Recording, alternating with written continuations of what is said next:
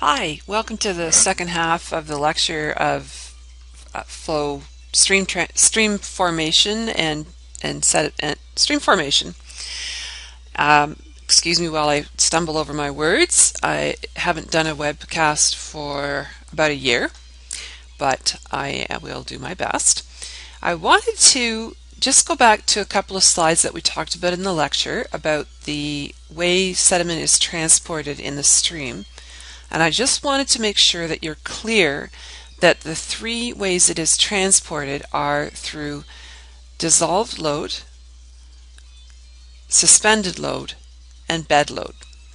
And then within those, when we talk about dissolved load, we talk about how the ions are carried in the solution. So if we were at, say, Pigeon River and we had pesticides and herbicides being applied on the soil and they were running off into the water, they eventually would break down and we would see the ions being carried. So that would be the dissolved load. Same thing with road salt. It would break down into sodium and chloride and it would be the dissolved load. We wouldn't be able to pick it up in our suspended sediment samples. It would be our dissolved solid samples, our TDS.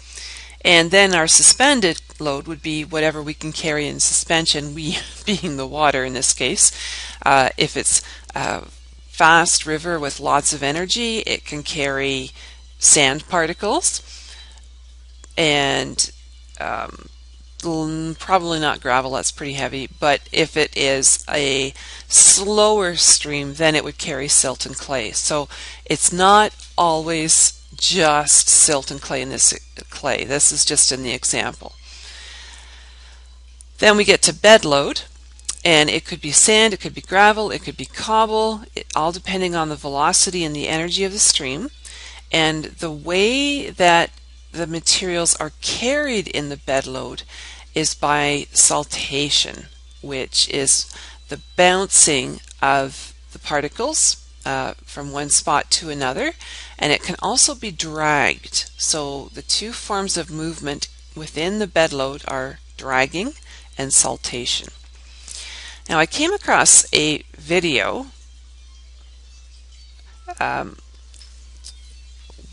after I had done the lecture, and I thought I'd pop it into the slide. So here's the link, and it just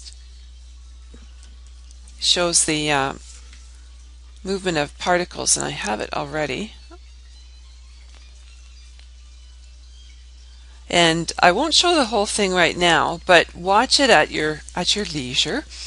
It's really cool. It shows how the sediment transport changes as the river changes. So here we have a meandering stream, and this is done in the sand tank, and we have uniform sediment transport. I don't think they're stretching that, but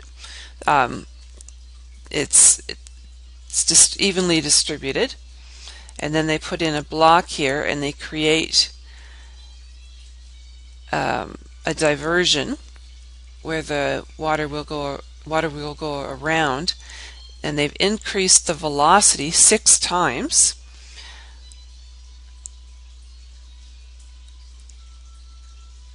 And now they have bed load transport being created, and it's low within the meander itself because the velocity has slowed down, but it is high up here where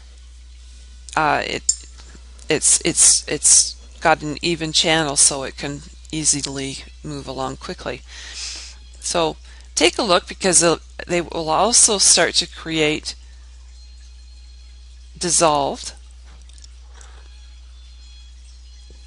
And it's really neat to see these models.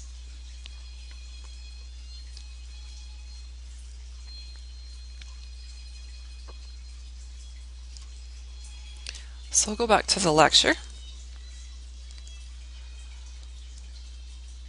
We talked about that, talked about that, talked about that, talked about that in the lab, our gradient. So the energies of the stream, it's interesting that 95% of stream's energy is actually used in overcoming friction. And remember, we've got friction along the sides of the stream, we've got friction along the bed of the stream, and we also have friction with the air.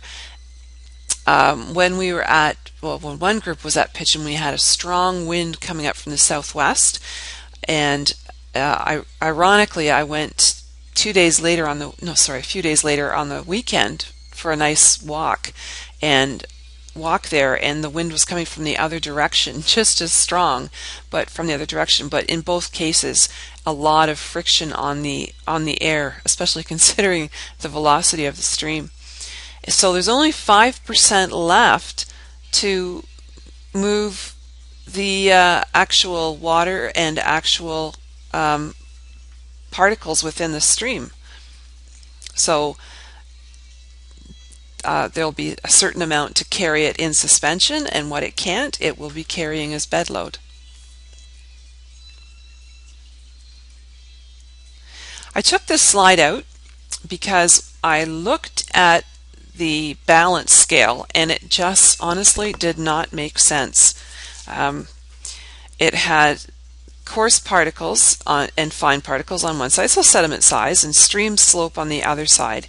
And it just kind of worked that if you moved the left side closer to coarse particles, the scale would tip up and we would have more erosion, degradation of the slope. But it also meant that the right arm of the balance would swing up and it would move so that it would indicate that the bottom of the stream was flat. And I thought, well, if we've just eroded it, that doesn't quite make sense. I think it would be a little more steep.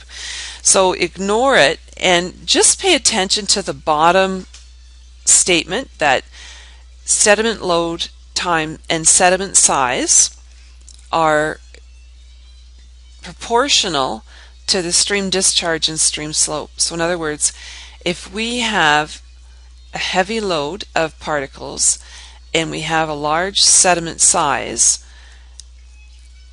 at the same time we'll have a high stream discharge and a heavy stream slope. And conversely, if it was a low load and small sizes, we would have low discharge and a low slope, in other words flat. So makes a lot of sense, and that kind of thing could show up on the midterm. So congratulations for watching this webcast. Regional geomorphology, that's talking about the shaping of the landforms of streams, and the whole idea came about in let me just get the date here. It was late 1800s anyway. I've got him from 1879, but I believe it was in the 1894 that he came out. Davis came out with the theory of of a cycle of erosion, and he was thinking of a process of landforms like that they changed over time, which was quite revolutionary for back then. Like, you think of the 1800s, we had Darwin coming out with things. We had another fellow in England who had mapped the geology of England and was trying to convince people that as you went from deep deposits to shallow deposits, you went from old rocks to young rocks, which we go, well, yeah, of course, but back then it was just a whole, earth-shattering, no pun intended, theory for these people. And this guy was coming up with the theory of rivers and the valleys and how they changed over time. So he came up with 3 stages of streams. He had the young stream, which meant that these early streams in formation had V-shaped valleys, they had rapids, they had waterfalls, they didn't have floodplains, which is okay. The drainage divides were flat, but this is his theory. The valley was deepened through erosion, so as the rivers moved along, they eroded sediment, and at the time there's general agreement on the stage with lots of examples. Now the thing is, oops, when we talk about, oops,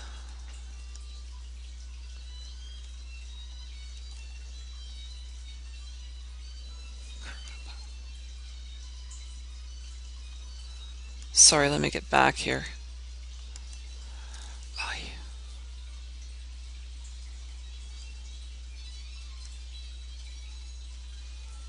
I waved my hand over the cursor and it started going crazy.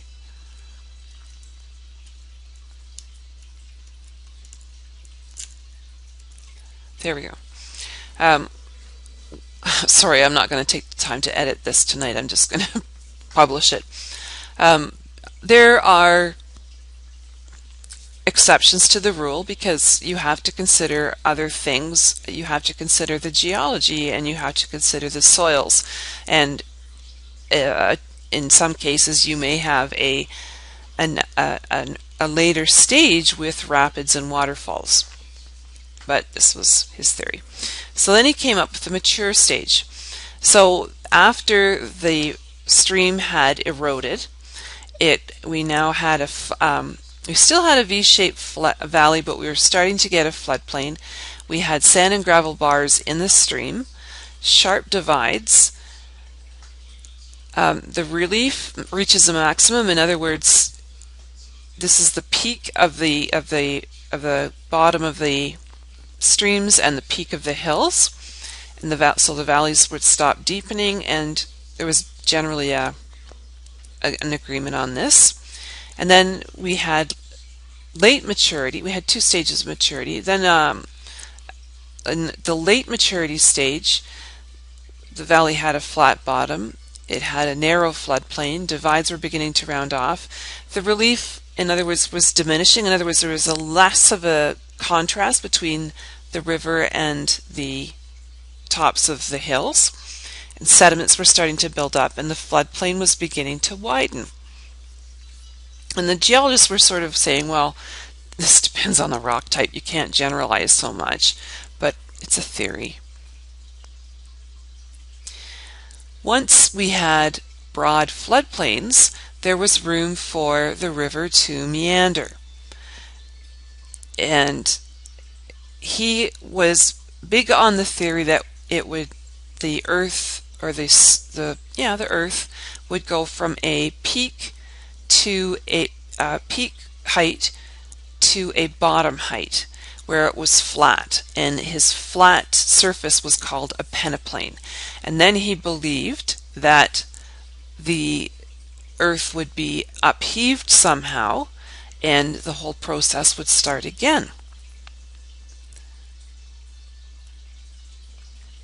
So he looked at rejuvenation, and once the hill had been recreated, then we would have the youthful characteristics, but with some of the older ones in there.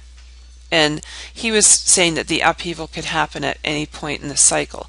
So back in the late 1800s, the question, of course, would be, well, what causes that upheaval? And we know now that it would be plate tectonics.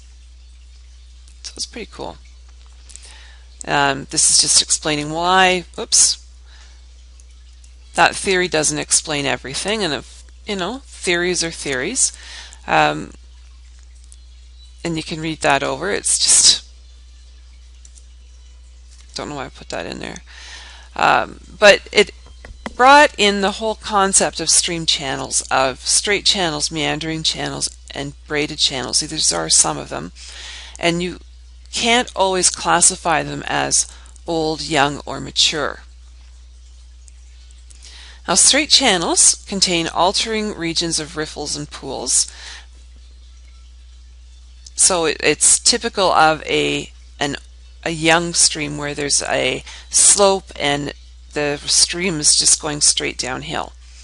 But you may get some lateral movement if there's room, and when the water discharge slows down. So here's an example of a straight channel, and it has some man-made additions to enhance it, but there are islands, and people have gone and planted some shrubs on it. We have boulders or a rapid where we have a riffle, and there's a meander, slight meander creating because we have more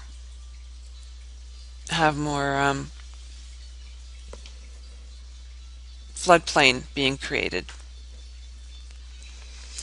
And here's an example of a straight channel and the evolution that will occur afterwards. And this is the one I showed in the class.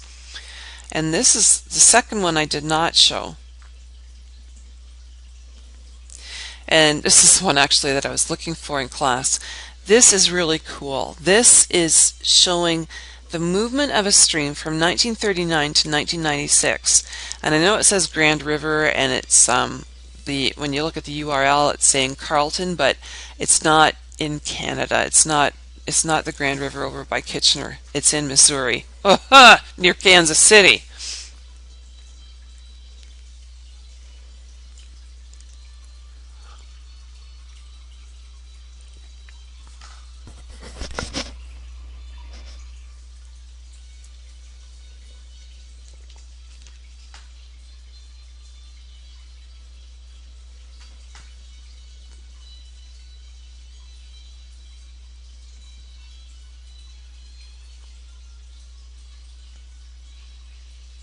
So here's the flow in 1939, and what's really neat is that development has not occurred around the river. So this is undisturbed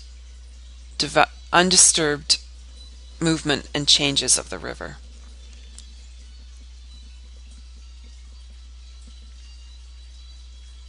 Sorry, this is home internet. But you can see the sandbars being created around the meanders.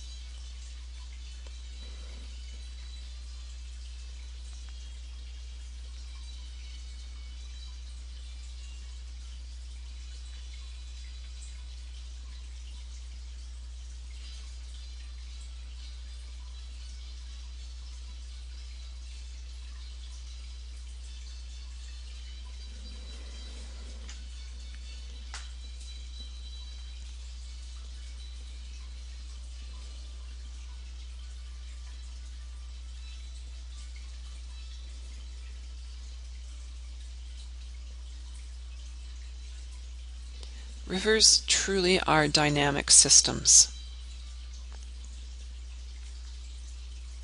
And no river is the same as another. They all have their individual characteristics, which makes it so interesting.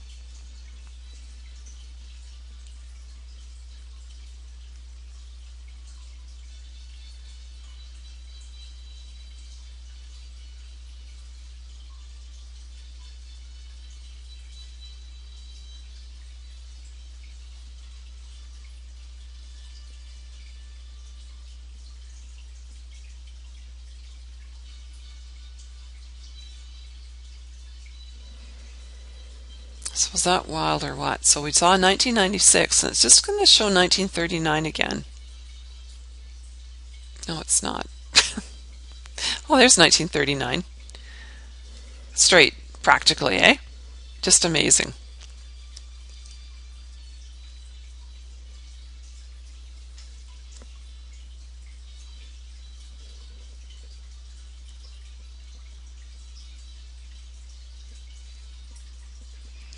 So what's happening when the meanders are being created?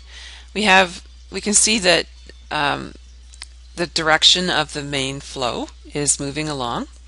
It hits the outside bend, and when it does, erosion occurs, and it also slows down. So slows down, lack of energy, can't carry that sediment anymore, drops it, and it's actually being carried over to the other side, and it's being deposited on the inside of the other bend. Again, it's moving down, hits over here, erodes, materials being deposited on the other side.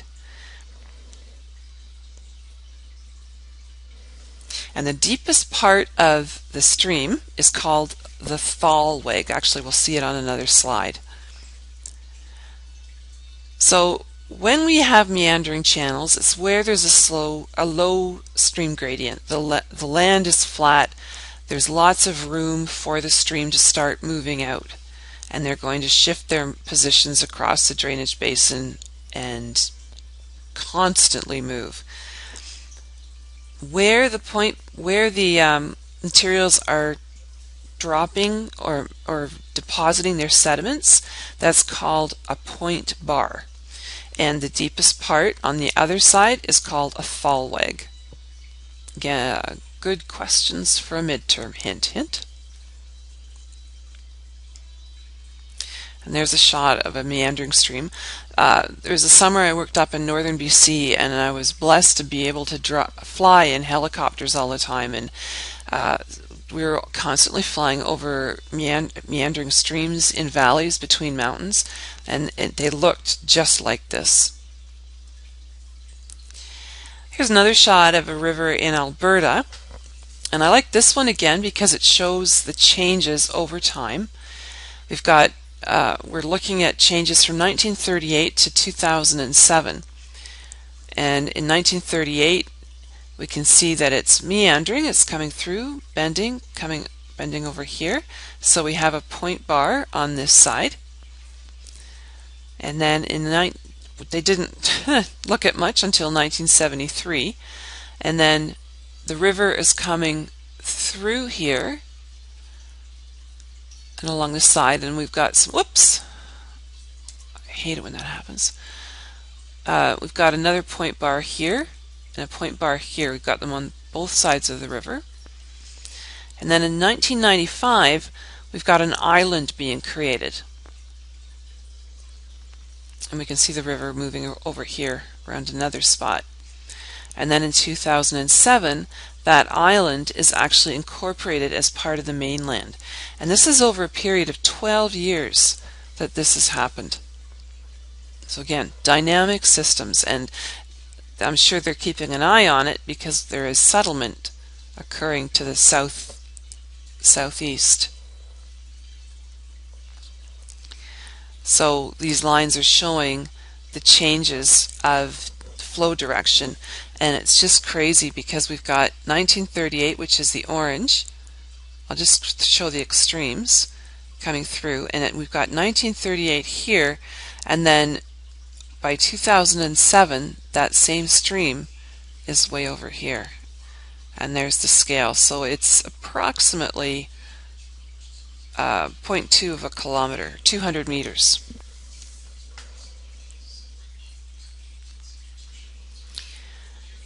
Just another shot of a meandering stream. We've got our deposits on the inside portion of the meander.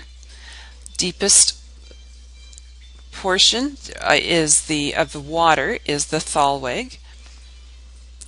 And if we took stream profiles in 3 locations, it shows how the stream depth varies as we go across. And if we're in the straight part, in what we would call the reach, we actually have an even bottom. And if we were doing a stream profile, we would look for what we call the most representative section, and we would select the reach because we've got the least amount of variability. And of course, since you've seen how dynamic streams are, we would have to go back, we being a conservation authority or some sort of authority that's looking over the river, we would have to go back about every 4 or 5 years to do a new profile to look at the width and look at the depth and see, construct our panels to see how it's changed. There's our point bar deposit. You can tell I like them. The way they are created is interesting. We have the stream coming along, depositing the soil, eroding on this side, depositing on this side. And when it deposits, it's depositing on an angle. And we would also have occasionally a flood where the top of the water level is going above the banks of the river, and that's where you see this cap, we can call it a cap, going over it.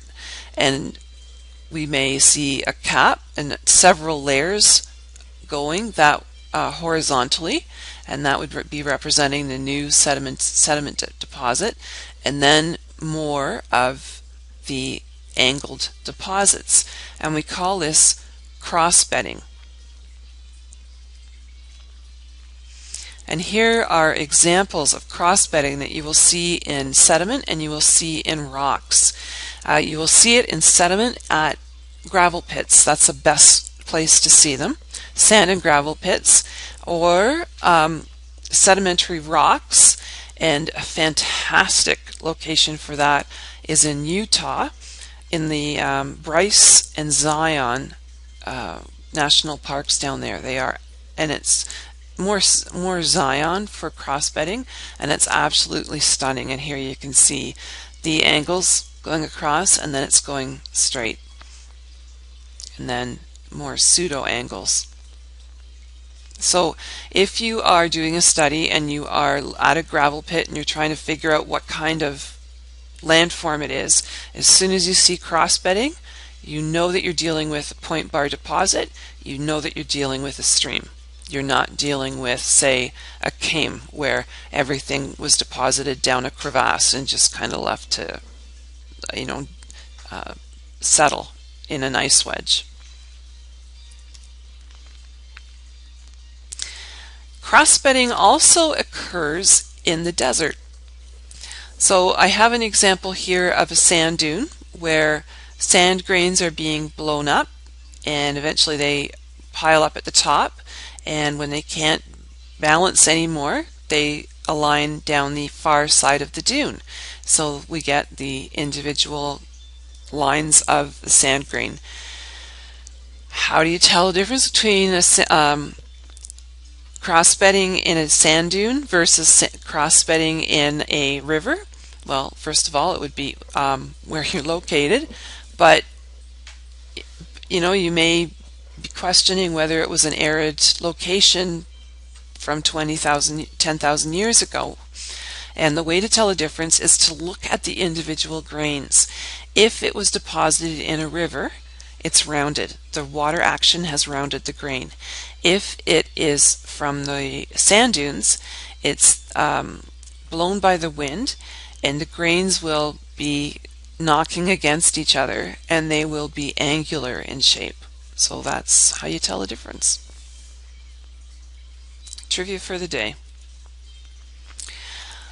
When you have the meandering stream,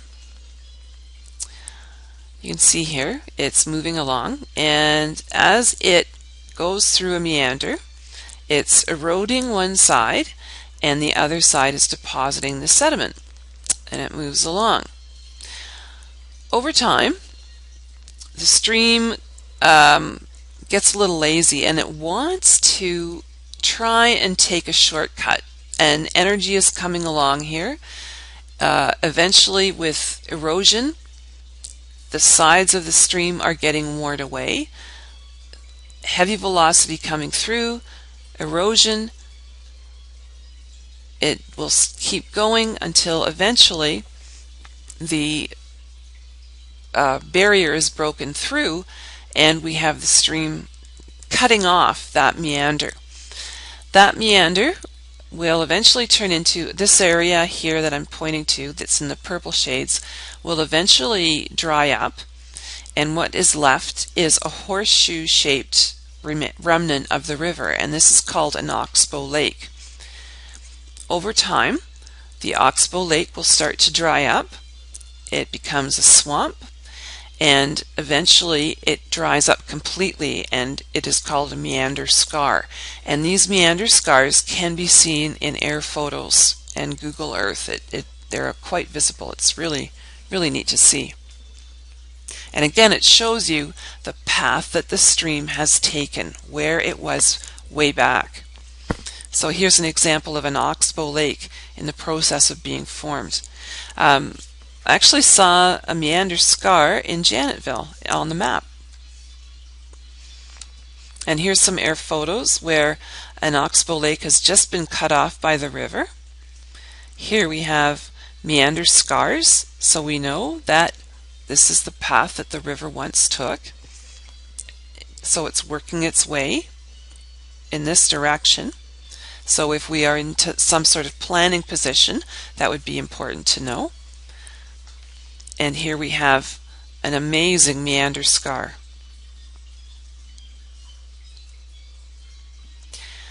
Another type of stream is a braided channel.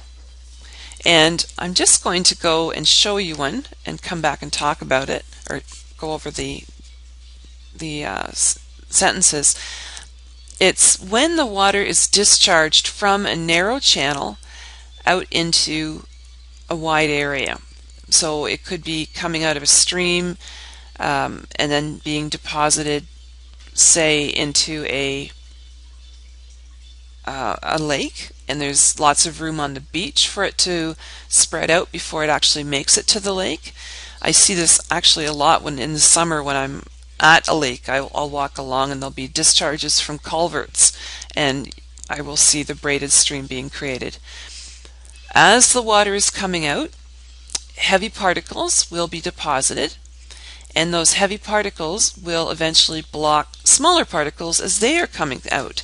So we end up with these islands, and mini islands, and water working their way around it to get out.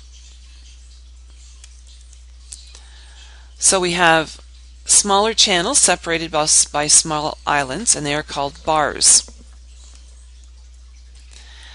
And the number and location of the channels and bars can change quickly, all depending on the water velocity. We can have a surge of water, can completely wipe out the bars, and it will start all over again. And it's promoted by erodible banks because we have to have sediment in order to create these, and we have to have rapid and frequent variations in the stream discharge. So here's one in real life, if you want to call it that. Whoops. Where there's a bar, there's a bar, there's a bar, there's a bar, there's a bar. So they're much more spread out than one, and this is one huge one. So it's much more spread out than what you would think.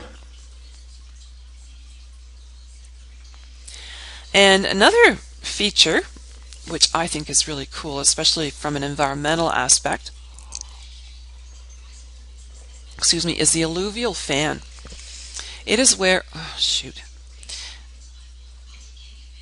it is where a stream is being discharged into a lake, and it is carrying lake or ocean, and it is carrying lots and lots of sediment. When it hits here, it kind of comes to a dead stop. So the velocity is slowed down immediately. So we have coarse materials being deposited right close to the neck, and then smaller channels, rivulets of the stream will continue to move out, and depending on the energy, they will carry the other particles out towards the end. So because we come to a dead stop right here, or more or less a dead stop, because we're running into standing water, the coarsest or the heaviest particles are dropped first, and as the rivulets move on their way out, we see a change or a gradation, note that word, from large particles to small particles, and it is all sediments. And what is happening is eventually these will lithify, in other words, they'll turn to rock, and we may have things being built or operated on them now. And what has happened is there is a site in the US where they developed rocket fuel, and they had several leaks, and they did it over top of an alluvial fan. So all of the materials from the alluvial fan were leaking through, and it was just like a recharge zone, right? So there was BTEX and toluene and all sorts of hazardous organics that have been leaking through. So there's just a massive cleanup on the way. Another thing to look at is the this laptop has a mind of its own. Horton's stream order theory, and I believe Mark has gone over this with you, where we and what the way it works is we have original streams or streams coming from springs, and they are assigned the number 1, and where two number 1s meet, it creates a number 2 stream order, and where two stream orders meet, we have a 3 stream order, and it keeps going as they keep meeting and our stream orders increase. Horton, when he did his stream order theory, noticed these trends, and I came across someone's master's thesis a few years ago, and they looked at Horton's stream order theory, and because it's a theory, the question was, how accurate is he? So they compared Horton's statements to a number of streams, like 100 streams, and it came out to like 99% were in agreement. So he's got it nailed. He noticed that as we increase in numbers, so in other words, as we go from a number 1 to a number 5, and think about Nogies as being a low number, it would be probably a 2. Over by Pigeon, it would likely be a 4 or a 5. So as we're going from Pigeon to Nogies, stream width and depth are definitely increasing. The stream length is increasing. The temperature increased. You notice that when you took temperatures at the sites. You will find, hopefully, that the discharge is increasing and the quantity of sediment load is increasing, and we could see that the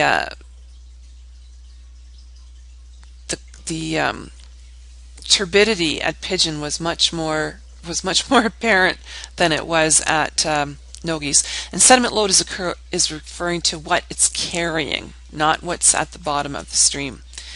When you did your benthic survey, you saw a number of species increasing and the diversity increasing.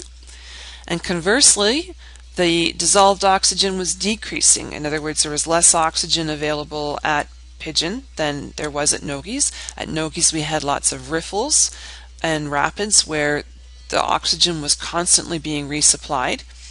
The gradient decreased. We had a slight slope at Nogies where it was quite flat at Pigeon. The flow velocity definitely decreased. We noticed that.